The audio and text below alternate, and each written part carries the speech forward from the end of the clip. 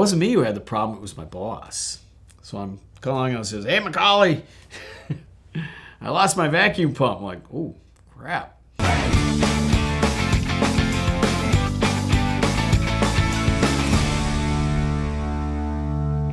The first week, the boss's wife calls, like, "Can you ferry a Duchess to Lisbon, Portugal?" Okay, never seen a Duchess before. What's that? Oh, it's a light twin. Okay, well, sure. So, it's my very first trip right across the ocean. I'd be alone in the plane, but my boss would be coming along. He was delivering a 206 to Zurich, and so he was going to be with me all the way to Portugal. We'd be separate, but he'd be able to help me out.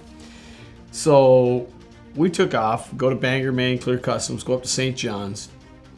At St. John's, we take off, and I was pretty nervous. You sit there at the end of the runway, and you can see the ocean out there. Like, do I really have the guts to do this? And my boss would tell me there's lots of pilots on their first trip, or maybe even not on the first trip. They get there, they go, "Nope.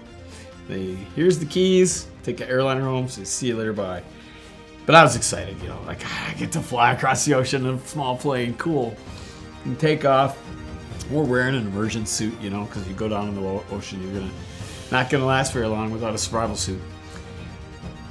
And I don't know what I was worried about. It was a beautiful day. The plane was running great. I had a full bag of snacks and sodas and Walkman, and I'm listening to tunes, and I get up at altitude, and I'm just on autopilot going, "This is awesome. This is the best job in the world. I'm going to Portugal. It's cool. First stop, the Azores. Nice." So, yeah, that whole day was just perfect piece of cake. Right up till about the halfway point. Then it wasn't me who had the problem, it was my boss. So I'm calling and says, "Hey, McCauley, I lost my vacuum pump." I'm like, "Oh, crap." And that was a concern, because even though we were currently in bright sunshine, he's 15 minutes ahead of me. I couldn't see him, but beautiful day. The second half of the trip was forecast to be cloudy, windy, rainy, low clouds, low IFR. I'm like, that's going to be a challenge, and I'm thinking, glad it's not me. And he was pretty nervous about it. So he came up with the idea. I said, "What we're going to do?" He stopped at the first island in the Azores chain, which was still clear. He was going to circle over the island and let me catch up. And then we'd fly formation, night IFR to Santa Maria. Like, awesome. I've never even heard of doing that before, but sure. Sign me up. Sounds like a blast.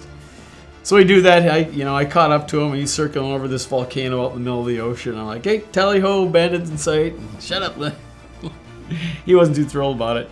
Now, we could have landed right there. There's an airport right there, but they don't have gas, they don't have maintenance, they don't have anything. He's like, "Well, what good is that going to do?" We could land. He goes, "Well, I don't know, maybe we could do the next half in the daytime." We go, like, "There's no hotel, no nothing." He's an old crotchety guy, probably in his late 50s, kind of like I am now. But he's, "I'm not sleeping in the plane tonight, we're going." Okay. All my stuff's working, so you're the one in trouble. We take off southeast to Santa Maria, plunge into the clouds, and we finally hit the front. The sun goes down, and wow. His formation flying wasn't really awesome. He wasn't really current in it, if he ever was, which most pilots don't. But man, I got a crick in my neck looking back over my shoulder, watching those position lights go forward and back and up and down. Because it's night, IFR, IMC, in the rain, so he had to stay relatively close. So that was a really long night. We get to Santa Maria. He gets on the radio and asks for a flight of 2 instrument approach into Santa Maria. They deny it. Nope, we got to split you guys up. He's like, "I got a problem." And he goes, "Do you want to declare an emergency?"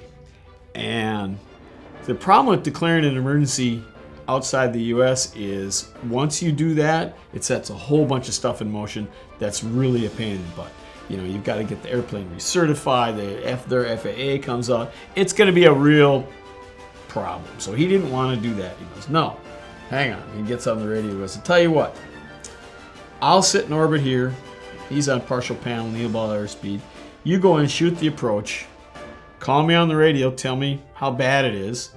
If it's not too bad, then if the ceiling's high enough." His plan was he's going to dive down to the ocean, close to the, not shoot an instrument approach, just blindly fly under the clouds till he could pick up the island visually, and then come in visually instead of flying a partial panel approach. Like, sounds like a crazy idea, but what the heck? Like I said, my stuff still works. So I go shoot the approach, and I break out at about 800 feet or so, but the base is really ragged. And I go in and land, and this is like literally one of my first low approaches because I'm really new. Like, this is really cool. At night, low approach in an island in the ocean, screw it up, and there's nowhere else to go. So I had my own stuff to deal with, but he was having worse, so it kind of made me feel a little better. Actually, him having the problem made that whole leg a lot less scary for me because I kept thinking better him than me. So I land, I tell him what he's doing. A little while later, I see some lights come out, and he comes in and lands, and he goes, "Jesus Christ, McCauley, he almost got me killed." Like, what? And he goes, he didn't break out till like 400 feet or something.